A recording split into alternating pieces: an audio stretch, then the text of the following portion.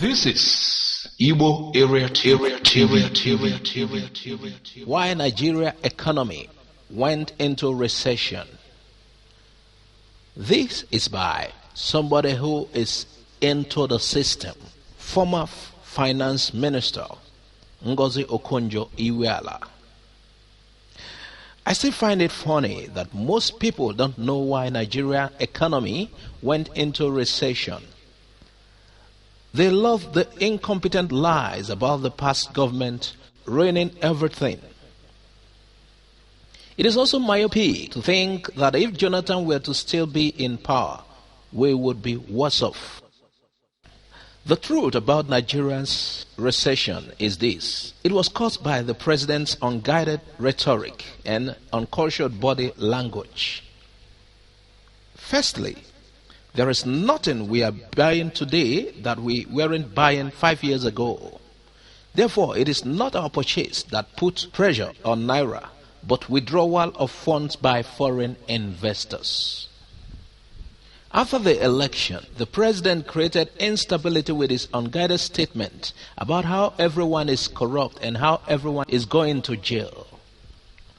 The instability made foreign investors to liquidate their investment and change their money to dollars. In the process of trying to flee, they were willing to buy dollars at any price, which led to high exchange dollar rate. Even though some of them were not ready to run away, but want their money in dollars to save their investment from devaluation, the president gave a bad signal by banning deposit of foreign currency into domiciliary accounts. That was enough for free market believers to see the draconian handwriting on the wall that was the beginning of the dollar rush. To make matters worse, the president came up with another outrageous policy of rationing dollar to certain sectors and blocking many sectors out. That was the nail in the coffin which facilitated the emergence of free fall. In the end, foreign investors took over $80 billion out of the economy within a short period, and everything went down to free fall. To those who believe it will be worse if Jonathan is still there, you are all wrong. Policy continuity and political stability will not let billions of dollars leave our shores within such tiny time frame.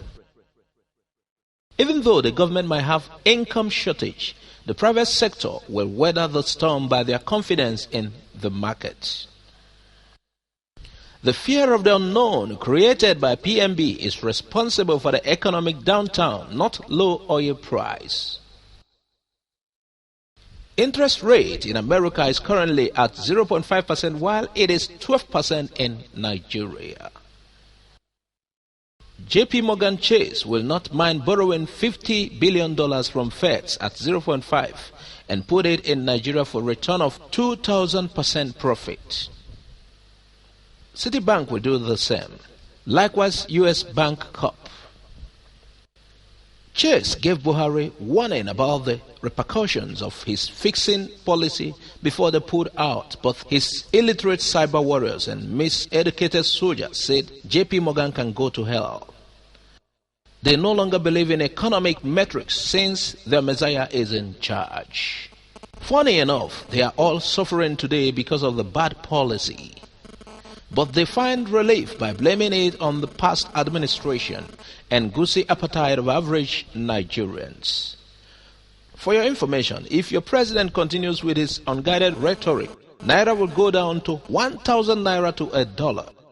But we thank God he is no longer talking.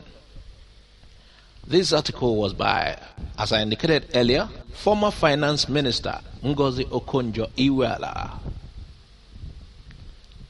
Thanks for listening to Igbo Area TV. Please subscribe to our channel for more updates. God bless you and bye for now.